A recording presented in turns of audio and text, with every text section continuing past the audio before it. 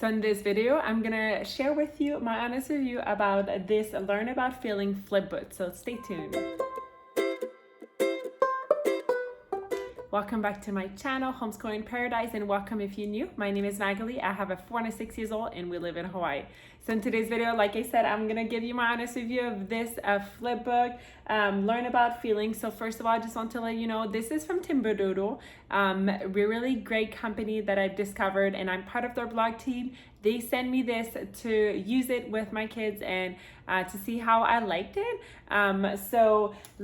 Make sure if you are interested, I'm gonna put the link below in my description box. You can go check it out. And then also Timberdoodle has so many other great resources. I'm gonna be creating a playlist with all the resources that they're sending me and how I use it in our home.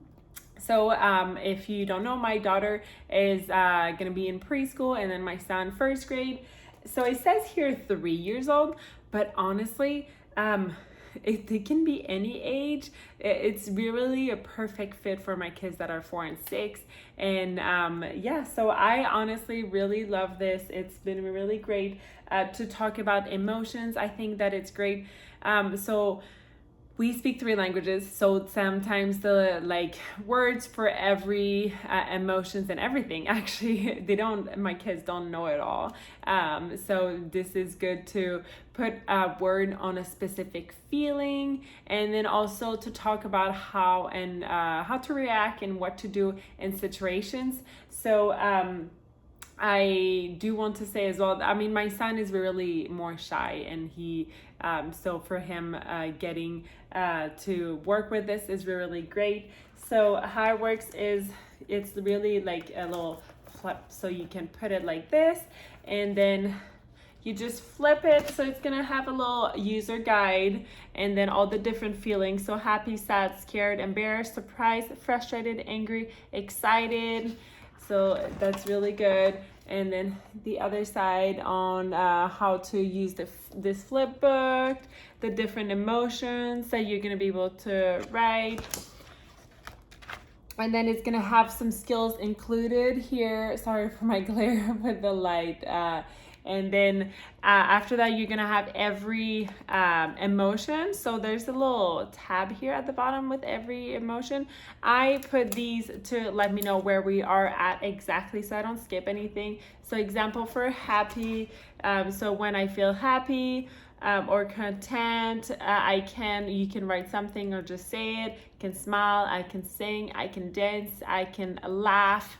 And then it's gonna have some scenarios. So this is the first scenario, and then behind. So this is gonna be where you're gonna be asking questions to your kids. So usually I'm gonna have both of my kids facing in front here, like if you're facing me, and then I'm gonna be reading the back so they can see the picture, and then I can ask them questions and they can answer it. So it's gonna have the critical thinking, predict, hypothetical problem solving, and then making connections. So it's really, really good. And then you have the little picture for you, so you know what they're looking at. So it has a lot of different pictures. So 2, 3, 4, so 4 scenarios.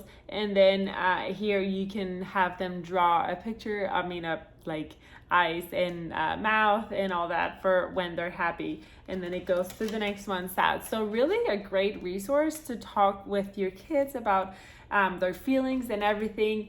I'm gonna be showing you when we use it with our kids and the question and things like that. So since we do school in English and then in French, so I read some questions in English, especially for this video. But if not, I try to just ask them the questions in French, and they're gonna answer me in French. But really awesome resource. And yeah, so in my planning is that every week we have to do 1 to 2 page a week, so then I can just mark it off, and I think it's gonna last us for the year or maybe half of the year. So really great if you're looking for this. So a resource like this. And the party when the birthday girl was not there, so she can be surprise her. To surprise her. How does the girl feel?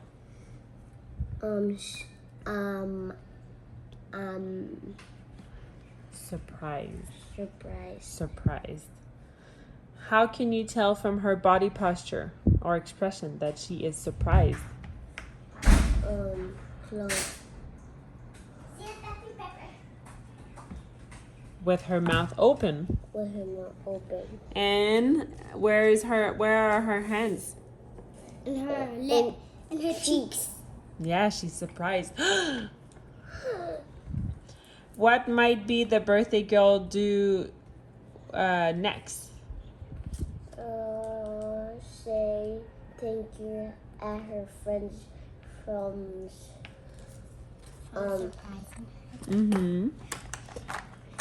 What are they gonna do next? What activities might they do at the party if you look at the picture? play your game, something. A hypothetical problem solving. One of the children does not like chocolate cake. The birthday cake flavor. What should he do? Get another cake. And if there's no other cake? It's just in case if there's 2 cakes and But if there's no other cake?